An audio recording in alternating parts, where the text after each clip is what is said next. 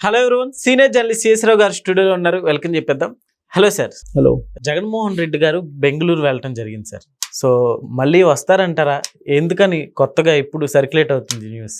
So Jaganmohan Reddy గారు బెంగళూరులో ఎక్కువగా ఉంటున్నారు. ఇంతకుముందు అధికారం లేనప్పుడు హైదరాబాద్లో ఉండేవాళ్ళు, లోటస్ పాండ్లో ఉండేవాళ్ళు. ప్రస్తుతం లోటస్ పాండ్ షర్మిల గారి ఆధ్వర్యంలో ఉన్నట్టు ఉంది, ఆవిడ ఉన్నారు కాబట్టి.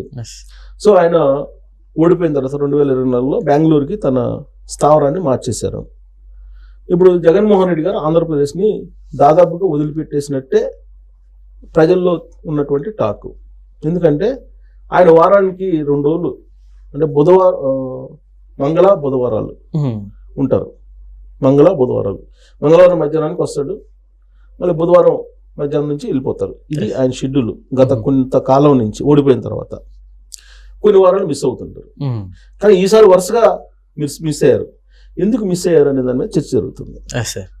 ఏంటి అని అంటే, ఇప్పుడు దసరా ఉత్సవాలు జరుగుతున్నాయి, బ్రహ్మోత్సవాలు తిరుపతిలో, ఇక్కడేమో విజయవాడలో కనకదుర్గమ్మ ఉత్సవాలు జరుగుతున్నాయి, దసరా ఉత్సవాలు జరుగుతున్నాయి. ఇప్పుడు విజయవాడ వచ్చి మీరు కనకదుర్గమ్మ దేవాలయాన్ని దర్శించుకోకపోతే ఒక ఇష్యూ చేస్తారుగా, ప్రత్యర్థులు ఖచ్చితంగా ఇష్యూ చేస్తారు కదా. లేదు తిరుపతి వెళ్ళి బ్రహ్మోత్సవాలకు తిరుపతి వెళ్ళి వెంకటేశ్వర స్వామి దర్శనం చేసుకోకపోతే ఇష్యూ చేస్తారుగా. సో ప్రధానంగా ఇప్పుడు తాడేపల్లి వచ్చారనుకోండి, మంగళ బుధవారాల్లో యాజ్ షెడ్యూల్ ప్రకారం వచ్చారు అనుకున్నాం. పోయిన వారం రాలా, ఈ వారం రాలా. సో ఇప్పుడు వచ్చారనుకున్నాం. వస్తే ఏంటి పరిస్థితి? కనకదుర్గమ్మ ఉత్సవాలకి వెళ్ళాలి. వెళ్తారా? వెళ్ళరు మామూలుగా. సో అంతకుముందు వెళ్ళారు, అధికారంలో ఉన్నప్పుడు కూడా వెళ్ళింది. సరే, అధికారంలో ఉన్నప్పుడు ఆయన తిరుమల తిరుపతి దేవస్థానం సెట్టింగ్స్ని తాడేపల్లి ఎంచుకున్నారు, అది వేరే విషయం. సో ఆయన దుర్గమ్మ ఉత్సవాలకి వెళ్ళరు, ఎందుకంటే ఆయన క్రిస్టియన్. ఈ మధ్యకాలంలో ఆయన క్రిస్టియన్ ఓట్ బ్యాంకు చీలిపోతుంది. సో క్రిస్టియన్ ఓట్ బ్యాంక్ను పదిలంగా ఉంచుకోవాలి అనేటువంటి ఒక స్ట్రాటజీతో ఉన్నారనేది ఆ పార్టీలో ఉన్నటువంటి ఒక టాక్. ఎందుకంటే 2019 ఎన్నికల్లో పాస్టర్లు క్రిస్టియన్ సమాజాన్ని జగన్మోహన్ రెడ్డి వైపు విజయవంతంగా మలపగలిగారు 2019లో. దానికి సహకరించింది బ్రదర్ అనిల్, ఆయన బావమర్ది. అలాగే ఆయన మేనత్త కమలారెడ్డి ఎవరు ఉన్నారు. వీళ్ళు చర్చిలకు వెళ్ళి చర్చిల్లో బాగానే ప్రమోట్ చేశారు అప్పట్లో. సరే, గెలిచారు. గెలిచిన తర్వాత ఏం చేశారు? గెలిచిన తర్వాత గెలవడానికి ముందు ఒక ఎత్తు, ముఖ్యమంత్రి అయిన తర్వాత ఇంకొక ఎత్తు. విశాఖలో ఉండేటువంటి ఒక స్వామీజీ అన్నదండలతోటి, స్వామీజీ కన్సర్నాలతోటి ఈయన ఉండడం మొదలుపెట్టారు. దీంతో క్రిస్టియన్ సమాజానికి కొంత కనువిప్పు కలిగింది. కంటగింపు, కనువిప్పు రెండు కలిగింది. ఆ తర్వాత ఈయన తిరుపతి పోవటం మొదలుపెట్టారు.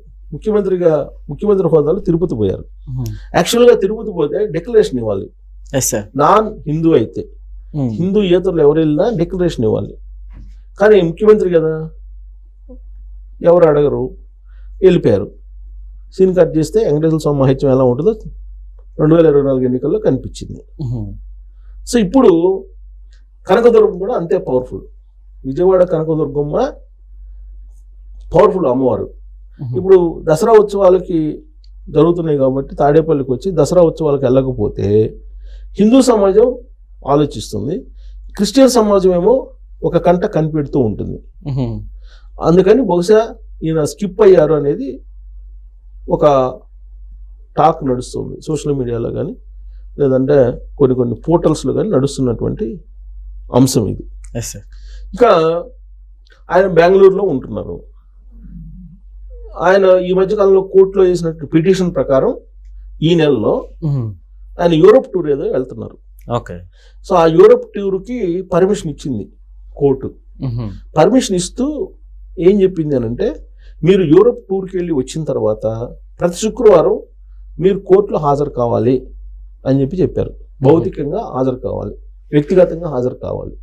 అంతకుముందు వ్యక్తిగత హాజరు నుంచి మినహాయింపు పొందారు ముఖ్యమంత్రిగా ఉన్నప్పుడు.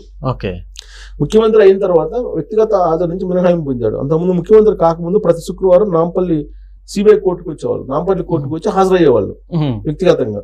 ముఖ్యమంత్రి అయిన తర్వాత నేను ముఖ్యమంత్రిని చాలా ఖర్చు అవుతుంది ప్రతి శుక్రవారం రావడానికి, నాకు వ్యక్తిగత మినహాయింపు ఇవ్వండి అని చెప్పి మినహాయింపు ఇచ్చింది కోర్టు.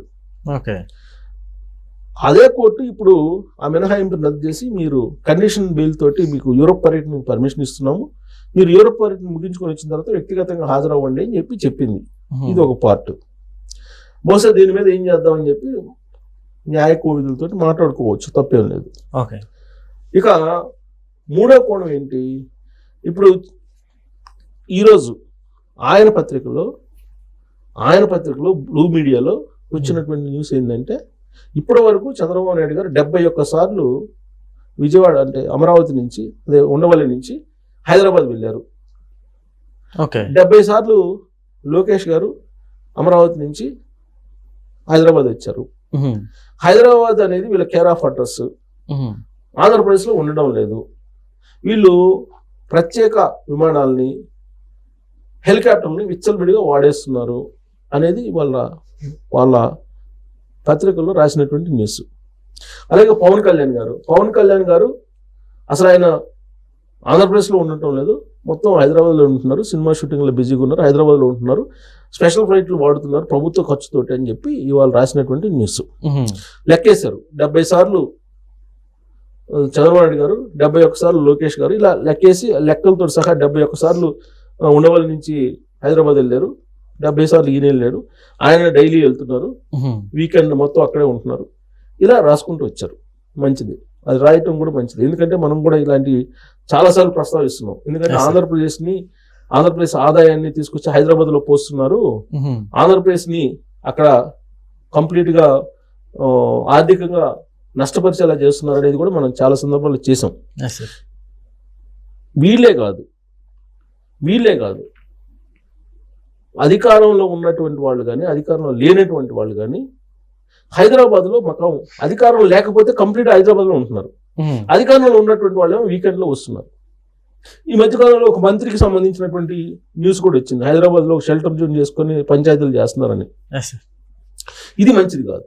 ఎందుకంటే ఆంధ్రప్రదేశ్ ప్రజలు ఇచ్చినటువంటి ట్యాక్సుల్ని అనుభవిస్తూ హైదరాబాద్లో ఖర్చు పెట్టడం, లేదంటే హైదరాబాద్లో ఫంక్షన్లు చేసుకోవటం అనేది ఆంధ్రప్రదేశ్కి నష్టం కలిగించేటువంటి అంశం.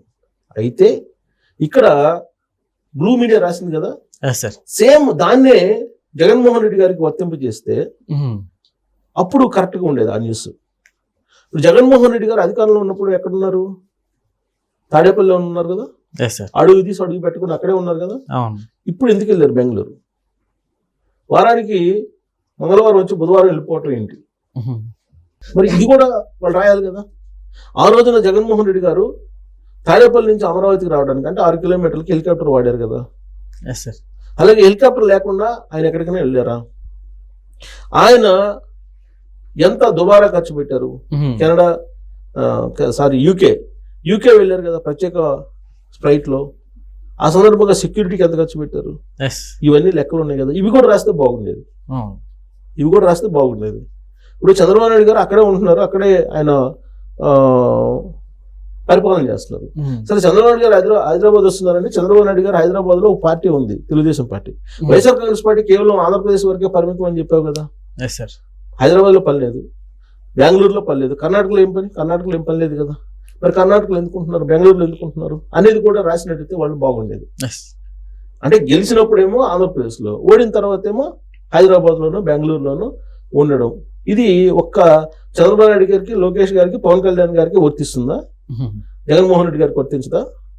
2014 నుంచి 2019 వరకు ఎక్కడున్నారు జగన్మోహన్ రెడ్డి గారు? హైదరాబాద్లో కదా. హైదరాబాద్ నుంచే కదా నడిపింది. గెలిచిన తర్వాత మళ్ళీ తాడేపల్లి వెళ్ళారు కదా, ఓడిపోయిన తర్వాత మళ్ళీ బెంగళూరు వెళ్ళిపోయారు కదా. మరి ఇది రాయాలి కదా, ఇది కదా రాయాల్సింది. మరి వైఎస్ఆర్ కాంగ్రెస్ పార్టీకి సంబంధించినటువంటి ఎమ్మెల్యేలు కానీ, అప్పట్లో మంత్రులు కానీ హైదరాబాద్లో ఎన్ని భూములు కొన్నారు? ఇక్కడ బీఆర్ఎస్ పార్టీతో కలిసి వాళ్ళు ఏ విధంగా భూములు కొన్నారు, ఏ విధంగా వ్యాపారాలు చేశారనేది మీడియాలో వస్తుంది కదా. దానికి సమాధానం చెప్పాలి కదా. సో ఇక్కడ ప్రధానంగా ఆయన రాకపోవడానికి కారణం ఈసారి దుర్గమ్మ దసరా ఉత్సవాలని చెప్పి అంటున్నారు. అసలు రాబోయే నెలలో అసలు రాడికనా, ఈ నెల అసలు వచ్చే అవకాశం లేదు అంటున్నారు. బహుశా ఆయన యూరోప్ టూర్కి వెళ్తారేమో, యూరోప్ టూర్ నుంచి వచ్చిన తర్వాతే ఏమైనా కనపడతారేమో చూడాలి. మరి అలాంటి జగన్మోహన్ రెడ్డి గారిని వదిలేసి ఆ బ్లూ మీడియా ఇప్పుడు వీళ్ళు ఉండటం లేదని చెప్పేసి అంటున్నారు. వీళ్ళు ఉండటం లేదంటే అక్కడే ఉంటున్నారు కదా, అక్కడే ఉండి చేస్తున్నారు, అక్కడే ఉండి పరిపాలన చేస్తున్నారు. చంద్రబాబు గారు అక్కడే ఇల్లు కట్టుకుంటున్నారు. సో అంటే ఎవరైనా సరే అటు తెలుగుదేశం వాళ్ళైనా, ఇటు వైఎస్ఆర్ కాంగ్రెస్ పార్టీ వాళ్ళు, లేదా జనసేన అయినా, ఆంధ్రప్రదేశ్ ప్రజలు ఇచ్చినటువంటి అధికారం లేదంటే ఆంధ్రప్రదేశ్ ఇచ్చినటువంటి ప్రతిపక్ష హోదా ఏదైనా సరే అక్కడుండి నిర్వహించాలి. ఏదైనా ఒకటి ఫంక్షన్లకు రావడం అది వేరు, కానీ షెల్టర్ జోన్ మార్చుకోవడం అనేది కరెక్ట్ కాదు కదా. షెల్టర్ జోన్ మార్చింది ఎవరు? జగన్మోహన్ రెడ్డి గారు కదా. ఇది ఎక్స్పోజ్ చేస్తే బాగుండేది వాళ్ళు. అది కాకుండా ఎదుటి మీద గుడ్డ కాల్చి నెత్తినేసేసి మేము మాత్రం బాగున్నాం అని చెప్పి అనుకుంటే ప్రజలు గమనిస్తుంటారు. Okay sir, thank you.